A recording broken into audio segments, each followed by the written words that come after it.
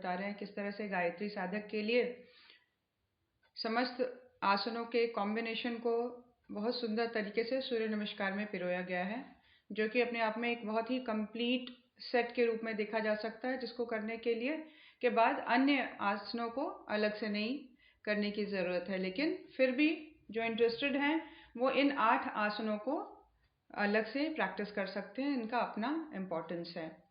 छोटा सा इंट्रोडक्शन जो गुरुदेव दे रहे हैं सूर्य नमस्कार के बारे में वो पढ़ देती हूँ। वैसे जनरली हम सभी को पता है सूर्य नमस्कार के स्टेप्स क्लियरली हम सभी करते आए हैं, इसीलिए वो स्टेप्स जिसमें डिस्क्राइब किया गया है कैसे करना है वो ना पढ़कर जो इंट्रोडक्शन गुरुदेव ने दिया है वो पढ़ दे रही हूँ। गुरुदेव बता रहे हैं, शरीर का प्रत्येक संस्थान एक दूसरे से इस प्रकार जुड़ा है कि एक अंग में आई खराबी सारे शरीर में विकार उत्पन्न कर डालेगी। शरीर रचना शास्त्री जानते हैं कि पूरे शरीर को स्वस्थ रखने के लिए देह के समस्त अंग सूक्ष्म संस्थानों का समुचित संचालन आवश्यक है। प्रत्येक अंग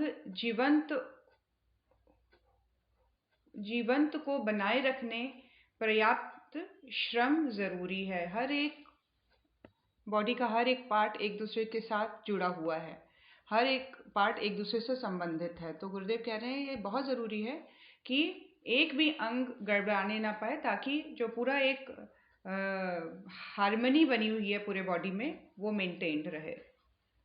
शरीर के सूक्ष्म संस्थानों, कोशों, सूक्ष्म ग्रंथियों से विकारों को निष्कासित करने के लिए भारतीय योग शास्त्रियों ने एक ऐसी पद्धति का विकास किया है जो व्यायाम की आवश्यकता को पूरा करती है, मर्म स्थलों का शोधन भी करती है और साथ साथ आत्मिक उन्नति के सोपानों पर भी चढ़ाती चली जाती है।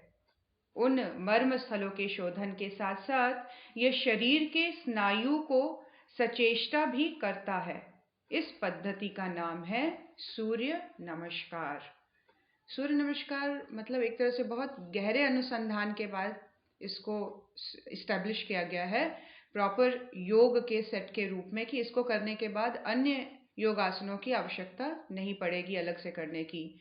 और इसका जो इम्पैक्ट है गुरुदेव बता रहे हैं, ये मर्म स्थलों का शोधन करती है, साथ साथ ये आत्मिक उन्नति के लिए भी इसका इम्पैक्ट साधक के मनस संस्थान पर पड़ता है। और न केवल ये स्नायु संस्थानों को, न्यूरल सिस्टम के ऊपर भी इसका बहुत पॉजिटिव इम्पैक्ट पड़ता है। ये इस पद्धति का नाम है सूर्य नमस्कार। सूक्ष्म ग्रंथियों में आए विकारों को भी ये धो देती है। जैसे हमारी सूक्ष्म नाड़ियां हैं, उसमें मल इकट्ठा हो जाता है, तो उसका भी शोधन सूर्य नमस्कार प्रॉपरली करती है। तो एक तरह से देखा जाए तो एक कंप्लीट अपने आप में ये सेट है, पैकेज कह लीजिए, जो पूर्ण शरीर को तीनों लेवल पर, फिजिकली, इमोशनली, मेंटली बॉडी को स्वस्थ रखने में इसका बहुत बड़ा हाथ है। सूर्य नमस्कार 10 आसनों की एक पूर्ण आसन प्रणाली है, जिसमें नमस्कार आसन, पादहस्तासन, एक पाद प्रसारणासन, द्विपाद प्रसापणासन, अष्टांग प्रतिपातासन, सर्वासन और मयूरासन क्रम से आरंभ कर पुनः अंतिम आसन से लौटा जाता है। प्रत्येक आसन की विधि इस प्रकार है। अब गुरुदेव कह रहे हैं कि इस तरह से 10 आसनों के कॉम्बिनेशन के रूप में इसको सेट किया गया है, और ये एक आसन को 2 बार दोहराने का क्रम इसमें आता है। गुरुदेव कह रहे हैं कि प्रातः काल सूर्योदय के समय के आसपास इन आसनों को करने के लिए खड़े हो जाएं। यदि अधिक सर्दी या गर्मी हो तो हल्का कपड़ा शरीर पर पहने रहिए, अन्यथा लंगोट या निक्कर के अतिरिक्त सब कपड़े उतार दीजिए। खुली हवा में स्वच्छ खुली खिड़कियों के कमरे में कमर सीधी करके खड़े हो जाइए। अब गुरुदेव यही कह रहे हैं कि कम से कम कपड़े शरीर में हो, ताकि अधिक से अधिक सूर्य की ऊर्जा को एब्जॉर्ब किया जा सके, और प्रॉपर एक वेंटिलेटेड रूम जहाँ पे प्रॉपर हवा आ रही है, ऐसे कमरे में खड़े होके, ताकि स्वच्छ हवा को, क्योंकि सूर्य नमस्कार एक ऐसी आसन की पद्धति है जिसमें प्राणायाम पैरेलली चलता रहता है। तो इसमें बहुत ज़रूरी है कि हम कमरे में स्वच्छ हवा के आने जाने का भी ध्यान रखें। आगे गुरुदेव ने पूरे प्रोसेस को समझाया है, और लास्ट में गुरुदेव ये कह रहे हैं कि सूर्य नमस्कार के सभी आसनों में फुर्ती और शीघ्रता अधिक लाभदायी है। प्रयत्न यह करना चाहिए कि 1 सेकंड में एक आसन को हो जाए, अर्थात 10 सेकंड में एक पूरा सूर्य नमस्कार संपन्न कर लिया जाए। अभ्यास आरंभ करते समय आसन एकदम तो उतने कम समय में नहीं किए जा सकते, उसमें कुछ देर हो जाती है, पर पीछे जैसे जैसे अभ्यास बनता जाए 1 मिनट में कम से कम 6 नमस्कार कर लेने की आदत तो बना ही लेनी चाहिए। पाद हस्तासन के संबंध में नए अभ्यासियों के लिए ज्ञातव्य है कि सामान्यतः पहली ही बार में पांवों को सीधे रखते हुए हथेलियों को जमीन पर टिकाना संभव नहीं होता। इसकी चिंता नहीं करनी चाहिए। शुरू में न टिके तो न सही, पर घुटनों को किसी भी दिशा में मुड़ने न देना चाहिए। उसी स्थिति में घुटनों को रखते हुए हथेलियां जमीन पर टिकाने का अभ्यास करना चाहिए। गुरुदेव जिस तरह से बता रहे हैं कि सूर्य नमस्कार किया जाए, तो उसमें ये कह रहे हैं कि एक पोस्चर में 1 सेकंड का टाइम ही रहे, लेकिन गुरुदेव कह रहे हैं इनिशियल स्टेज में इतना फास्ट सूर्य नमस्कार नहीं किया जा सकता, इसकी स्पीड को धीरे धीरे बढ़ाया जा सकता है। और जहाँ कहीं भी झुकने का पोस्चर है, ध्यान रहे कि घुटना अपनी स्थिति में बना रहे, उसको झुकाने की कोशिश ना की जाए, और कोशिश की जाए कि अपनी बॉडी की जो स्ट्रेच करने की जो एबिलिटी है उसको फ्लेक्सिबल बनाया जाए, ताकि आसानी से हथेली जमीन में पड़े बिना घुटने को मोड़े। सूर्य नमस्कार के लिए 5 नंबर से आरंभ कर 180 आसनों तक बढ़ाई जा सकते हैं। इतने नमस्कार 3 मिनट में आसानी से अभ्यास होने के 30 मिनट में आसानी से अभ्यास होने के बाद पूरे हो सकते हैं। आधे घंटे में गुरुदेव कह रहे हैं 180 बार सूर्य नमस्कार किया जा सकता है।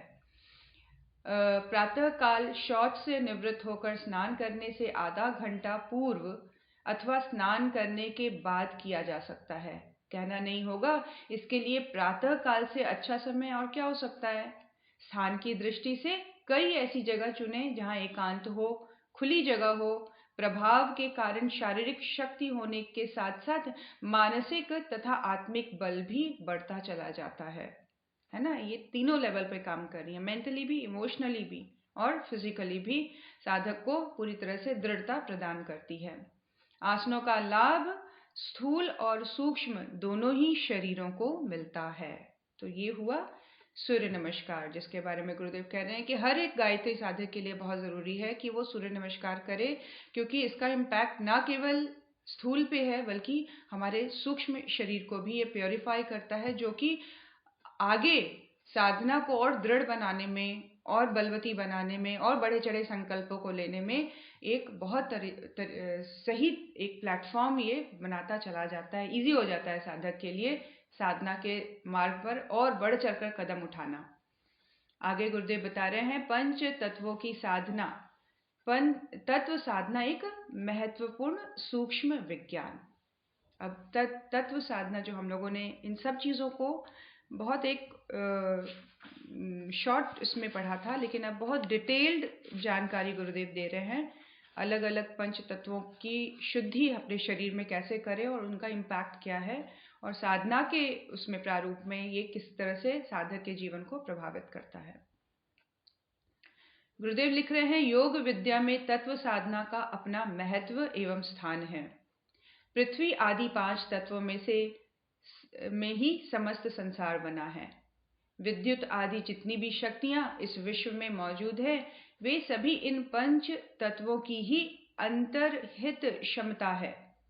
आकृति प्रकृति की भिन्नता युक्त जितने भी पदार्थ इस संसार में दृष्टिगोचर होते हैं, वे सब इन्हीं तत्वों के योग संयोग से बनते हैं। क्या कह रहे हैं गुरुदेव, ये समस्त सृष्टि जो दिखाई दे रही है और जो कुछ चीज़ें हमें नहीं भी दिखती हैं वायु के रूप में या इलेक्ट्रिसिटी के रूप में, है ना, विद्युत के रूप में, ये सारी चीज़ें पंच तत्वों की ही बनी हुई है। ये जो विद्युत गुरुदेव बता रहे हैं, ये जो है ये भी पंच तत्वों का ही सूक्ष्म स्वरूप है, जो एक तरह से हमें जो फिजिकली दृष्टिगोचर नहीं होता, लेकिन उसकी एग्जिस्टेंस बहुत तगड़े रूप से अनुभव की जा सकती है, उसको यूज़ किया जा सकता है, उसको डिफरेंट तरीके से ट्रांसफॉर्म किया जा सकता है, इम्प्लीमेंट किया जा सकता है। ये सारी चीज़ें पंच तत्वों की ही अलग अलग स्वरूप हैं।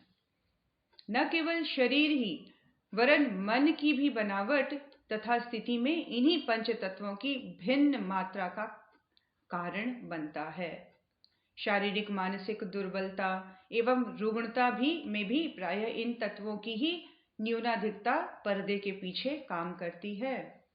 शरीर विश्लेषणकर्ताओं रासायनिक पदार्थों की न्यूनाधिकता अथवा अमुक जीवाणुओं की उपस्थिति अनुपस्थिति को शारीरिक असंतुलन का कारण मानते हैं, पर सूक्ष्मदर्शियों की दृष्टि में तत्वों का असंतुलन ही इन समस्त भ्रांतियों का प्रधान कारण होता है। देखिए, सूक्ष्म तरीके से सूक्ष्मदर्शियों ने क्या देखा है कि पंच तत्व केवल बाहर के संसार की बनावट तक ही लिमिटेड नहीं है। व्यक्ति का शारीरिक या मानसिक रूप से दुर्बल होना, रुग्ण होना भी प्रायः इन्हीं तत्वों के इम्बैलेंस होने की वजह से दिखाई देता है।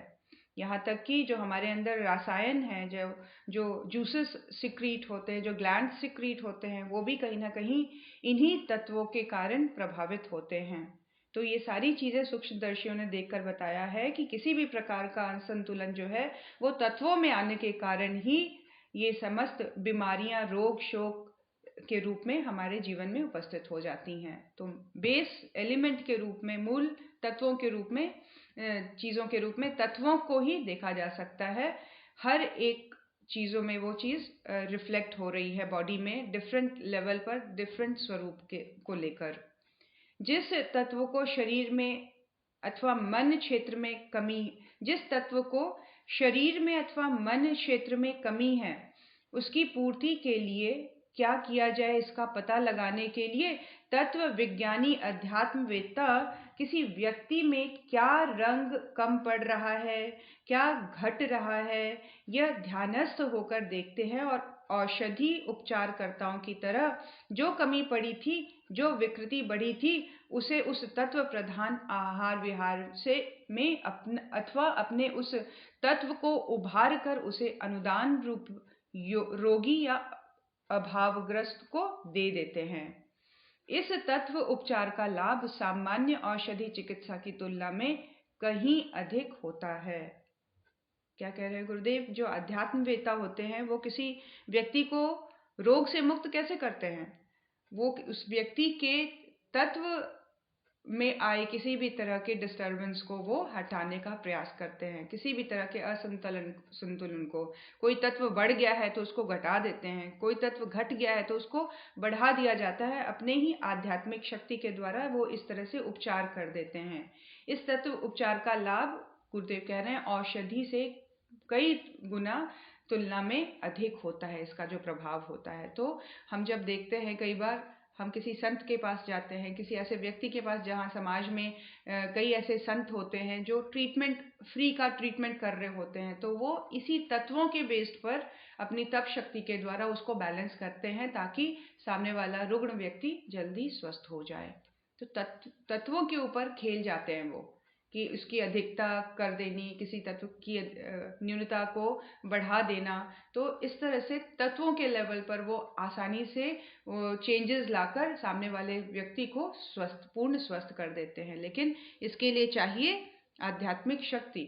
गुरुदेव कह रहे हैं, फिल्टरों से युक्त नियोन आर्क लैंप, लेसर किरणों के उपकरण, एक्सरेज की विशिष्ट धाराएं, क्वांटा किरणें,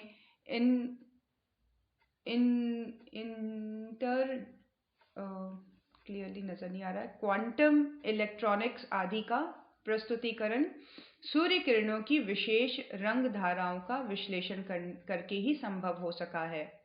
अब इन सारी चीज़ों के ऊपर बेस्ड अगर हम देखते हैं इंफॉर्मेशन, तो पता लगता है कि जो सूर्य की किरणें हैं उसमें ट्रीटमेंट करने की कितनी गहरी क्षमता है। जब हम लेज़र किरणों के द्वारा अलग अलग चीज़ें देखते हैं, या अल्फा किरणें होती हैं, एनर्जेटिक, हाँ एनर्जेटिक लिखा हुआ है, राइट। एनर्जेटिक, क्वांटम इलेक्ट्रॉनिक्स आदि, ये जब चीज़ों को जब हमने इंस्ट्रूमेंट के थ्रू जानने का प्रयास किया तो हमने जाना कि सूर्य की किरणों में विशेष रंगों की धाराएं हैं जिसका उपयोग किसी भी प्रकार के ट्रीटमेंट के लिए किया जा सकता है। अब यह विज्ञान दिन दिन अधिक महत्वपूर्ण स्तर पर उभरता चला जा रहा है और लगता है रंगों के भले बुरे प्रभावों को अधिक अच्छी तरह जानना और उसका उपयुक्त प्रयोग करके लाभान्वित होना मनुष्य के लिए निकट भविष्य में संभव हो जाएगा। इस तरह के इंस्ट्रूमेंट के द्वारा जब अलग से उस किरणों को एक्सट्रैक्ट करके फिर उसको ट्रीटमेंट के लिए उपयोग किया जा रहा है और बहुत इस मामले में बहुत सारी चीज़ों में हमें सफलता प्राप्त हुई है। तो गुरुदेव कह रहे हैं ऐसे प्रयोगों को देखते हुए ऐसा लग रहा है कि भविष्य में कलर थेरेपी जो है वो बहुत गहराई से लोगों के लाइफ को इम्पैक्ट करेगी और बहुत अच्छे तरीके से ये एक्सेप्ट की जाने लगेगी, क्योंकि समस्त रोग इससे जड़ से ही उखड़ के बिल्कुल ठीक होते चले जाते हैं। अभी तक जितने लेवल तक इसको काम में लाया गया है उस जानकारी तक ये काफ़ी सक्सेसफुल रहा है। गुरुदेव कह रहे रंग यूं देखने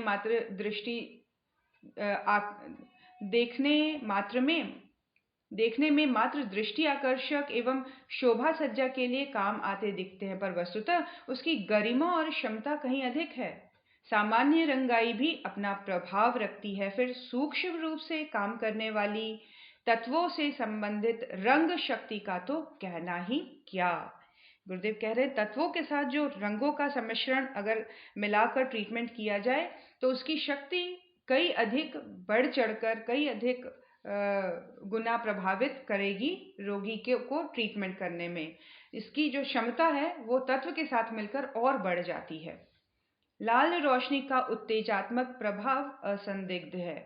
प्रातःकाल और सायंकाल जब सूर्योदय या सूर्यास्त की लालिमा आकाश में छाई रहती है तब पेड़ पौधा, जलचर और पक्षी वृंद अधिक क्रियाशील और बढ़ते विकसित होते देखे गए हैं। वनस्पतियों की वृद्धि किस समय किस क्रम में होती है इसका लेखा जोखा लेने वालों का निष्कर्ष यह है कि प्रातः सायंकाल के थोड़े से समय में वे जितनी तीव्र गति से बढ़ते हैं उतने अन्य किसी समय में नहीं बढ़ते। तो इस तरह से कलर का इम्पैक्ट सूक्ष्म रूप से वातावरण में गुरुदेव बता रहे हैं इसका दिखने को मिलता है। किस तरह से जो सूर्य उदय और सूर्यास्त का जो समय है वो किस तरह से पशु पक्षियों के जीवन में एक हलचल के रूप में हमें दिखता है। उनके चहकने की शोर या गायों के रंभाने की या एकदम से मुर्गा बोलने लग जाता है, भागने लग जाता है। तो ये सारी चीज़ें क्या है, सूक्ष्म प्रकृति में हुई हलचलें इस एनर्जी के एलिवेट होते ही, जैसे सूर्योदय की वजह से लाल जो प्रकाश, जो लाल रंग की आभा है वो पूरी तरह से उत्तेजात्मक प्रभाव अपना दिखाने लग जाता है प्रकृति में। और यहाँ तक कि देखा गया है वनस्पति का में जो ग्रोथ का जो पीरियड है वो सबसे अधिक बढ़ा चढ़ा इसी दौरान होता है जब सूर्यास्त हो रहा हो या सूर्योदय हो रहा हो। तो इसमें जो एक्टिविटी है वो नेचर में बढ़ी चढ़ी सी हो जाती है। गुरुदेव कह रहे हैं यही है कि प्रातः सायंकाल के थोड़े समय में वे जितने बढ़ जाते हैं उतना अन्य समय में नहीं बढ़ते। मछलियों की उछल कूद इसी समय सबसे अधिक देखी गई है। पक्षियों का चहचहाना जितना दोनों संध्या काल में होता है उतना 24 घंटों में अन्य किसी समय में नहीं देखा गया। इसी प्रकार पीला, हरा, बैंगनी, गुलाबी आदि अन्य रंगों का अपना अपना सूक्ष्म प्रभाव होता है। रंगों की शोभा सर्वविदित है, पर उसकी सूक्ष्म शक्ति की जानकारी विरलों को ही होती है। रंगों की तो शोभा है ही है, लेकिन किस कलर से क्या इम्पैक्ट हमारे ब्रेन पर, हमारे स्वास्थ्य पर, हमारे सूक्ष्म कारण शरीरों पर हो रहा है, इसको जानना बहुत ज़रूरी है और इसकी जानकारी बहुत कम लोगों को होती है। तत्वों के रंगों के संबंध में पाश्चात्य विज्ञानियों की मान्यता यह है कि आकाश तत्व का रंग नीला, अग्नि का लाल, जल का हरा, वायु का पीला और पृथ्वी का भूरा मटमैला सफेद है। इस तरह से तत्वों के साथ रंगों को जोड़ दिया गया है। शरीर में जिस तत्व की कमी पड़ती या बढ़ोतरी होती है उसका अनुमान अंगों के अथवा मलों के स्वाभाविक रंगों के परिवर्तन देखकर लगाया जा सकता है। त्वचा तो नस्ल के हिसाब से काली, पीली, सफेद या लाल रहती है, पर उसके पीछे भी रंगों के उतार चढ़ाव झांकते हैं। कई बार व्यक्ति का एक बेसिक कलर तो होता ही है जो उसको डीएनए से मिलता है, लेकिन उसकी एक आभा होती है जिसको देखकर जाना जा सकता है कि कौन सी तत्व की प्रधानता अभी ये व्यक्ति ने अपने अंदर धारण किया हुआ है, कौन सा तत्व प्रधान रूप से काम कर रहा है। कलर को देख के या उसकी आभा को देखकर जाना जा सकता है। साधारण स्थिति में त्वचा का जो रंग है वही रहता है, पर उसका अनुपात में परिवर्तन आता रहता है। यह हेर फेर साथ पैरों के नाखूनों और जीभ में, आंखों की पुतलियों में अधिक स्पष्टता के साथ देखा जा सकता है। कई बार नेल्स बहुत व्यक्ति के पीले दिखाई देते हैं या सफेद दिखाई देते हैं, या कभी बहुत अच्छा एक स्वस्थ पूर्ण स्थिति बनी हुई है तो नाखून भी बिल्कुल पिंक या रेडिश लिए हुए होती हैं, लाल रंग। तो इस तरह से रंगों के द्वारा जाना जा सकता है कि कौन सी तत्व की अधिकता या न्यूनाधिकता होती चली जा रही है शरीर में। इसीलिए शरीर में होने वाले तत्वों की न्यूनाधिकता को इन्हें देखकर आसानी से समझा जा सकता है। आंखों की पुतलियों को डॉक्टर के पास जब जाते हैं तो डॉक्टर देखता है आंखों को थोड़ा सा नीचे की ओर खींचकर कि भाई येलोइश हो जाती आंखें, या पता लगता है पीलिया है, निमोनिया है। इस तरह से चीज़ों को देखकर पता लगाया जा सकता है। तो तत्वों की न्यूनाधिकता को भी आसानी से समझा जा सकता है। संतुलित स्थिति में पेशाब साधारण स्वच्छ जल की तरह होना चाहिए, पर यदि कोई बीमारी होगी तो उसका रंग बदल जाएगा। डॉक्टर मलमूत्र, रक्त आदि का रासायनिक विश्लेषण करके अथवा उसमें पाए जाने वाले विषाणुओं को देखकर रोग का निर्णय करता है, और तत्ववेत्ता अपने ढंग से जब तत्व चिकित्सा करते हैं तो यह पता लगाते हैं कि शरीर के आधार पंच तत्वों में से किसकी कितनी मात्रा घटी या बढ़ी। यह जानने के लिए उन्हें रंगों का शरीर में जो हेरफेर हुआ है उसे देखना पड़ता है। दोनों में, मेडिकल साइंस में भी वही तरीका है, और अपने जो शरीर शास्त्री होते हैं वो भी इस तरह से चिकित्सा करते हैं रंगों को देखकर, कि वो अपने बॉडी में तत्वों का कौन से तत्व बढ़ गए हैं या कौन सी तत्व की मात्रा घट गई है, वो रंगों को देखकर जान पाते हैं। तरीका अलग है लेकिन एक ही साइंस पे बेस्ड है, कलर। तत्ववेत्ता मनःशास्त्रियों को अपनी दिव्य दृष्टि इतनी विकसित करनी पड़ती है कि मनुष्य के चेहरे के इर्द गिर्द विद्यमान तेजो वलय की आभा को देख सके और उसमें रंगों की दृष्टि के से क्या परिवर्तन हुआ इसे समझ सके। देखिए क्या कह रहे हैं गुरुदेव, कि तत्ववेत्ता क्या होता है, उसको दिव्य दृष्टि मिली होती है। जो मनःशास्त्री होता है, तत्ववेत्ता होता है, उसको वो दिव्य दृष्टि विकसित करना होता है, जो वो मनुष्य के चेहरे के चारों ओर, चेहरे के पास बहुत जो इंटेंसिटी होती है ऑरा की, वो बहुत गहरी होती है, डीप होती है। तो उसको देखकर उसके कलर को, तेज वलय के डिफरेंट कलर्स होते हैं, डिफरेंट आभा होता है, उसको देखकर वो व्यक्ति जान जाता है कि सामने वाले व्यक्ति में कौन से तत्व की न्यूनाधिकता हो गई है। मानवीय विद्युत की ऊर्जा शरीर के हर अंगों में रहती है और वह बाह्य जगत से संबंध मिलाने के लिए त्वचा के परतों में अधिक सक्रिय रहती है। देखिए, मानवीय विद्युत जो बायो इलेक्ट्रिसिटी है वो हमारे स्किन के ऊपर ज़्यादा एक्टिव रहती है ताकि वो बाह्य जगत के साथ कम्युनिकेट कर सके। शरीर का कोई भी अंग स्पर्श किया जाए उसमें तापमान की ही तरह विद्युत ऊर्जा का अनुभव किया जाएगा। टेम्परेचर जो है वो एक्चुअली बायो इलेक्ट्रिसिटी जो हमारे बॉडी के साथ घुली मिली है वो उसी का टेम्परेचर होता है, जिसको हम गर्म या ठंडे के रूप में महसूस करते हैं। यह ऊर्जा सामान्य बिजली की तरह उतना स्पष्ट झटका नहीं मारती या मशीनें चलाने के काम नहीं आती, फिर भी अपने कार्यों को सामान्य बिजली की अपेक्षा अधिक अच्छी तरह संपन्न करती है। ये जो ऊर्जा है, जो बायो इलेक्ट्रिसिटी है, ये अपना कार्य करते रहती है, अपने बॉडी के अलग अलग ऑर्गन्स को, उसके फंक्शंस को मेंटेन करने के लिए वो हमेशा ही निरंतर चलायमान रहती है। मस्तिष्क स्पष्टतः एक जीता जागता बिजली घर है। समस्त काया में बिखरे पड़े अगणित तंतुओं में संवेदना संबंध बनाए रखने, उन्हें काम करने की प्रेरणा देने में मस्तिष्क को भारी मात्रा में बिजली खर्च करनी पड़ती है। उसका उत्पादन भी खोपड़ी के भीतर होता रहता है। अधिक समीपता के कारण अधिक मात्रा में बिजली उपलब्ध हो सके, इसीलिए प्रकृति ने महत्वपूर्ण ज्ञानेंद्रिय शिर के साथ जोड़कर रखी है। देखिए कितना सुंदर समझा रहे हैं गुरुदेव। ब्रेन क्या है? एक बिजली घर की तरह है जो हर एक सिस्टम को चलायमान रखती है। बॉडी में हार्ट बीट हो रहा है, ब्लड कंटिन्यूस फ्लो हो रहा है, कंटिन्यूस ब्लड की क्लीनिंग हो रही है, खाना पच रहा है, वेस्ट अपने आप अलग होता चला जा रहा है। ये सारे जो फंक्शंस हैं, उसको ऊर्जा कहाँ से मिल रही है? तो ऊर्जा जो मिल रही है वो ब्रेन से, जो बिजली है उसको ज्ञान तंतुओं के रूप में संवेदनशीलता, जो सारे मैसेजिंग करना, क्वेश्चन आंसर करना, बॉडी का अलग अलग रिएक्शन सिस्टमेटिकली हार्मोनियस तरीके से होते चला जाना है, सब एक दूसरे से संबंधित रहने, हर एक चीज़ एक के बाद एक नेक्स्ट स्टेज में चली जानी, ये सारी चीज़ें ब्रेन कंट्रोल कर रहा है। और ब्रेन की सारी जो बिजली है ये ऑटोमेटिकली अंदर ही अंदर इसका उत्पादन होता भी रहता है और अन्य मुख्य जो इंद्रियों के द्वारा वो बिजली अपने अपने काम को करती रहती है। इसीलिए देखा गया है, गुरुदेव कह रहे हैं कि ह्यूमन स्ट्रक्चर इस तरह से बनाया गया है कि इम्पॉर्टेंट जितने भी इंद्रियां हैं वो ब्रेन के पास बने हुए हैं। फेस में ही ऑलमोस्ट सारी चीज़ें हैं, आँख है, नाक है, मुंह है, कान है, ये सारी चीज़ें जो बहुत ही इम्पॉर्टेंट है। इस एक के बिना भी मनुष्य नहीं चल पाएगा या बहुत डिफिकल्ट हो जाएगा जीवन, तो उसको सिस्टमेटिक और व्यवस्थित रखने के लिए ब्रेन के पास बिल्कुल रखा गया है।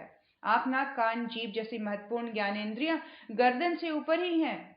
इन शिरोभाग में सबसे अधिक विद्युत मात्रा रहती है। इसीलिए तत्वदर्शी आंखें हर मनुष्य के शिर के इर्द गिर्द प्राय 1.5 फुट के घेरे में एक तेजोवलय का प्रकाश लाल घेरा चमकता देख सकती हैं। देवताओं के चित्रों में उनके चेहरे के इर्द गिर्द सूर्य जैसा प्रकाश गोलक बिखरा दिखाई देता है। यह इस अलंकार चित्र में तेजोवलय की अधिक मात्रा का आभास कराता है। अधिक तेजस्वी और मनस्वी व्यक्तियों में स्पष्टतः यह मात्रा अधिक होती है। उसी के सहारे वे दूसरों को प्रभावित करने में समर्थ होते हैं। तेजोवलय की जो इंटेंसिटी वो फेस के चारों तरफ होती है, क्योंकि सबसे अधिक बिजली की कंजम्पशन अगर ब्रेन में जो इलेक्ट्रिसिटी जनरेट हो रही है और वो सारी चीज़ें पूरी बॉडी के थ्रू कंज्यूम हो रही है, लेकिन ये कुछ इंद्रियां हैं जिसके द्वारा अधिक मात्रा में इनकी कंजम्पशन होती है, जिनकी वजह से जो चेहरे के आसपास का तेजोवलय है वो अधिक सघन बना रहता है। और उनकी रंगों को देखकर तत्ववेत्ता या शरीर शास्त्री जान जाते हैं कि व्यक्ति के किस तत्व की प्रधानता अभी छाई हुई है या कौन सा तत्व उसके व्यक्तित्व में या उसके शरीर में किस तरह के रोगों के कारण कौन सी न्यूनाधिकता हो गई है। तेजोवलय के इंद्रधनुष जैसे अलग अलग रेखाओं वाले तो नहीं, पर मिश्रित रंग घुले रहते हैं। उनका मिश्रण मन क्षेत्र में काम करने वाले तत्वों की न्यूनाधिकता के हिसाब से होता है। देखिए ये तेजोवलय डिफरेंट कलर्स के कॉम्बिनेशन में होते हैं और ये मिश्रण किस हिसाब से बना रहेगा? मन क्षेत्र में कौन से तत्व की न्यूनाधिकता है, मन के भावों के ऊपर, और वो भाव तत्वों के साथ रिलेटेड है कि हमारे तत्वों की कौन सी न्यूनाधिकता के कारण मन क्षेत्र की स्थिति कैसी है, उस हिसाब से हमारे चेहरे के आसपास का तेजोवलय के कलर के कॉम्बिनेशन इस तरह से बने रहेंगे। तत्वों की सघनता के हिसाब से रंगों का आभास इस तेजोवलय की परिधि में पाया जाता है। पृथ्वी सबसे स्थूल और भारी है। इसके बाद क्रमशः जल, अग्नि, वायु और आकाश का नंबर आता है। भारी से हल्के की तरफ अगर जाते हैं तो सीक्वेंस बनता है पृथ्वी, जल, अग्नि, वायु और आकाश। तेजोवलय की स्वाभाविक स्थिति में रंगों की आभा भी इसी क्रम से चलती है। तेजोवलय में भी जो कहेंगे कि जो स्टेप्स बने हुए हैं या जो हायरार्की बनी हुई है कलर्स की, वो इस तरह से बनी है कि हैवी वाला जो होगा वो नीचे है, और जैसे जैसे वो तत्व हल्का होता जाता है, आकाश तत्व सबसे ऊपर, इस तरह से एक इंद्रधनुषी रंग का तेजोवलय चेहरे के चारों तरफ बनता है। स्थूल शरीर स्थूल पंच तत्वों से बना है। आकाश, वायु, अग्नि, जल, पृथ्वी, यह 5 तत्व सर्वविदित हैं। काय कलेवर में विद्यमान रक्त, मांस, अस्थि, त्वचा तथा विभिन्न अंग प्रत्यंग इन्हीं के द्वारा बने हुए हैं। मतलब जो स्थूल हम अपने शरीर में, स्थूल शरीर में हम तत्वों की एग्जिस्टेंस को, अगर हम 5 तत्वों की एग्जिस्टेंस को देखना चाहें तो वो कैसे दिखेंगे? वो हमें दिखेंगे अपने रक्त, मांस, अस्थि, त्वचा और अन्य अंग प्रत्यंगों के रूप में। ये 5 तत्व स्थूल रूप से हमारे स्थूल शरीर के साथ जुड़े हुए हैं। सूक्ष्म शरीर में तन्मात्राओं के रूप में इन तत्वों को देखा जाता है। जैसे हमने पहले भी पढ़ा था, फिर से रिवाइज करवा रहे हैं गुरुदेव। आकाश तत्व की तन्मात्रा शब्द और इसकी इंद्रिय कान। वायु तत्व की तन्मात्रा स्पर्श और इसकी इंद्रिय हमारे जितने भी सेंस ऑर्गन्स। अग्नि तत्व की तन्मात्रा रूप है, यानी कि इसकी इंद्रिय आंख हुई जिससे हम देख पाते हैं। जल की तन्मात्रा रस है और इसकी इंद्रिय है जीभ। और पृथ्वी की गंध है और इसकी इंद्रिय है नासिका। तो इस तरह से सूक्ष्म शरीर में इन 5 तत्वों को इन 5 तन्मात्राओं के द्वारा देखा जाता है, जिसको हम शब्द, स्पर्श, रूप, रस, गंध इस तरह से देख सकते हैं। ये सूक्ष्म शरीर के साथ तत्वों का अपना सम्मिश्रण हुआ। सूक्ष्म शरीर की संरचना अग्नि, जल आदि से नहीं वरन सूक्ष्म तन्मात्राओं से हुई है। फिर भी उसे तत्व तो कह ही सकते हैं, कहेंगे तो तत्व ही, लेकिन ये तत्वों की तन्मात्राओं के रूप में सूक्ष्म शरीर के साथ कनेक्टेड हैं। सूक्ष्म शरीर की नाड़ियों में बहने वाली प्राण प्रवाह में ज्वार भाटे की तरह तत्व तन्मात्राओं का उभार आता रहता है। अब सूक्ष्म शरीर में गुरुदेव कह रहे हैं ये जो तन्मात्रा है इनकी एग्जिस्टेंस कैसी है? गुरुदेव कह रहे हैं इसकी एग्जिस्टेंस प्राण प्रवाह में ज्वार भाटे जैसे बनते हैं, वैसे इनका ज्वार भाटे की तरह से एग्जिस्टेंस है, प्राण के रूप में। सूक्ष्म है ये इनका फिजिकल एग्जिस्टेंस नहीं है, इसीलिए तन्मात्रा की जो एग्जिस्टेंस है वो प्राण प्रवाह के रूप में, ज्वार भाटे के रूप में इनको देखा जा सकता है, अलग अलग तत्वों की तन्मात्राओं को। लहरों की तरह उसमें से एक आगे बढ़ता है तो दूसरा उसका स्थान ग्रहण करता है। अंतः क्षेत्र में कब कौन सा तत्व बढ़ा हुआ है यह पता साधना द्वारा मन स्थिति लगा सकती है। हर तत्व की अपनी विशेषता है, उसी के अनुरूप व्यक्तित्व में भी उतार चढ़ाव आते रहते हैं। प्रकृति और सामर्थ्य में हेरफेर होता रहता है। सूक्ष्म शरीर में कब कौन सा तत्व बढ़ा हुआ है और किस तत्व की प्रबलता के समय क्या करना अधिक लाभप्रद होगा, यदि इस रहस्य को जान सके तो किसी भी महत्वपूर्ण कार्य को आरंभ करने के समय किया जा सकता है और सफलता का पक्ष अधिक सरल एवं प्रशस्त बनाया जा सकता है। देखिए सूक्ष्म लेवल पर गुरुदेव कह रहे हैं मन की स्थिति अलग अलग रहेगी। कौन सा तत्व प्रधान है इसको साधना के द्वारा देखा जा सकता है और इसको बहुत मौन और शांत रह के, वॉचफुल रह के अपनी मनस्थिति को देखते हुए जाना जा सकता है कि इस वक्त कौन सा तत्व प्रधान है। और गुरुदेव कह रहे हैं इस तत्व की प्रधानता या न्यूनाधिकता को भी कंट्रोल किया जा सकता है साधना के द्वारा। उस साधना को जानने के बाद गुरुदेव कह रहे हैं व्यक्ति वो कला हस्तगत कर लेता है कि वो किसी भी कार्य को सफल बनाने के लिए उसको पता है कि अब मुझे किस तरह से क्या करना चाहिए ताकि इस काम को करने में मुझे पूरी सफलता मिले। तो ये जो तत्व सूक्ष्म लेवल पर जो तन्मात्राओं की साधना है वो इस तरह से व्यक्ति को उन समस्त सिद्धियों से अवगत कराती है, जो उनको कार्यों में सफलता प्रदान करने में सहायक सिद्ध होते हैं। आगे गुरुदेव बताएंगे हमें कि किस तरह से तत्वों की शुद्धि और तन्मात्राओं की जागृति के द्वारा हम अपने कार्यों में सफलता पा सकते हैं। कि हम कोई विशेष बिजनेस करने जा रहे हैं, कोई विशेष मीटिंग के लिए घर से बाहर निकल रहे हैं, या कोई एक बिजनेस नया काम करना शुरू करना चाहते हैं, कोई जर्नी करने जा रहे हैं, कोई इम्पोर्टेंट किसी भी चीज़ के लिए हम तैयार हो रहे हैं, तो किस तरह से किन किन बातों का ध्यान रखा जाए, उसमें चेंजेस कैसे लाया जाए ताकि उस काम में पूरी पूरी सफलता मिले। आगे गुरुदेव बताएंगे।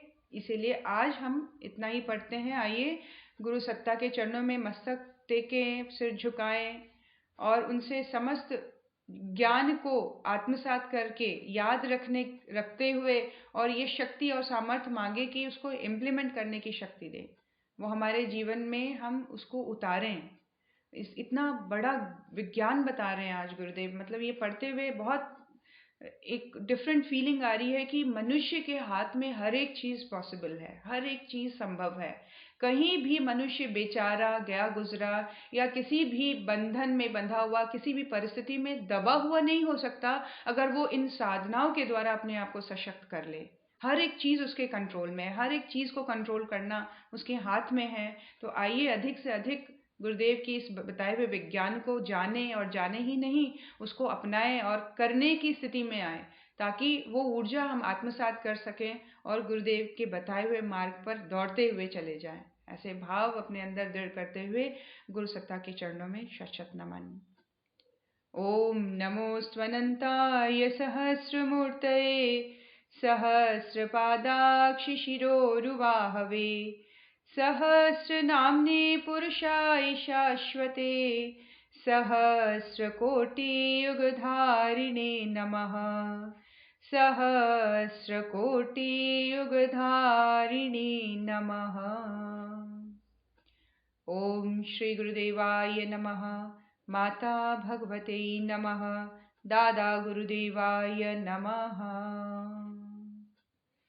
परम पूज्य गुरुदेव परम वंद्य माता जी के चरणों को स्पर्श करें, उनके हाथों को अपने मस्तक पर, उनके हाथों के स्पर्श को अनुभव करें, बहुत गहराई से अनुभव करें। उस अनुभूति के साथ अपने अंदर समस्त ज्ञान विज्ञान की जागृति के रूप में वो अवेयरनेस अपने अंदर देखें और इस चीज़ का दृढ़ विश्वास हो कि जो सुन रहे हैं, जो समझ रहे हैं, जो सीख रहे हैं, वो गुरु सत्ता हमें पूरी शक्ति सामर्थ्य दे रही है कि उसको हम इम्प्लीमेंट भी करें और आगे की जनरेशन को, उसके आगे की जनरेशन तक भी ये सारी चीज़ें फॉरवर्ड हो। क्योंकि अगर हम इस चीज़ को रिलीजियसली फॉलो करेंगे, लेके चलेंगे, तो हम आगे देने की स्थिति में आएंगे। अच्छी चीज़ें आगे फॉरवर्ड होती जानी चाहिए, अपने तक ही ना रुक जाए। हम ही आलस में ना इस चीज़ को, इस फ्लो को रोक दें अपने परिवार में। हम इस चीज़ को बढ़ चढ़ कर लें और आगे अपनी नेक्स्ट जनरेशन को दे, ताकि उनका जीवन भी धन्य हो और ये उपक्रम, ये क्रम जो है वो चलता चला जाए आगे, next to next, next to next.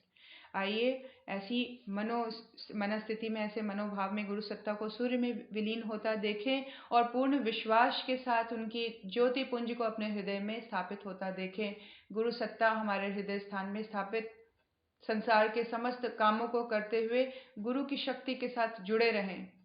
बड़े सही ढंग से, वही बैलेंस्ड ढंग से वो समस्त कामों को करवाते चले जाएंगे। सारे इमोशंस में हमें बैलेंस रखेंगे, अवेयर रखेंगे, अलर्ट रखेंगे और कहीं ना कहीं हमारी स्थिति उनके साथ गहराने की जो है वो और बढ़ती चली जाएगी। हम अपने गुरु के साथ और गहराई से कनेक्ट होते चले जाएंगे और ये कनेक्शन हमारे अंदर स्टेबिलिटी के रूप में, हमेशा आनंद की स्थिति को बनाए रखने के रूप में, हम सभी इसको बहुत गहराई से फील करते चले जाएंगे। आइए भारतवर्ष के जगत गुरु होने की प्रार्थना हम सभी उच्च स्वर में दोहराएं। ओम असतो मा सद्गमय तमसो मा ज्योतिर्गमय मृत्योर्मा अमृतं गमय। ओम शांतिः शांतिः शांतिः सर्वारिष्ट सुशांतिर्भवतु। तीनों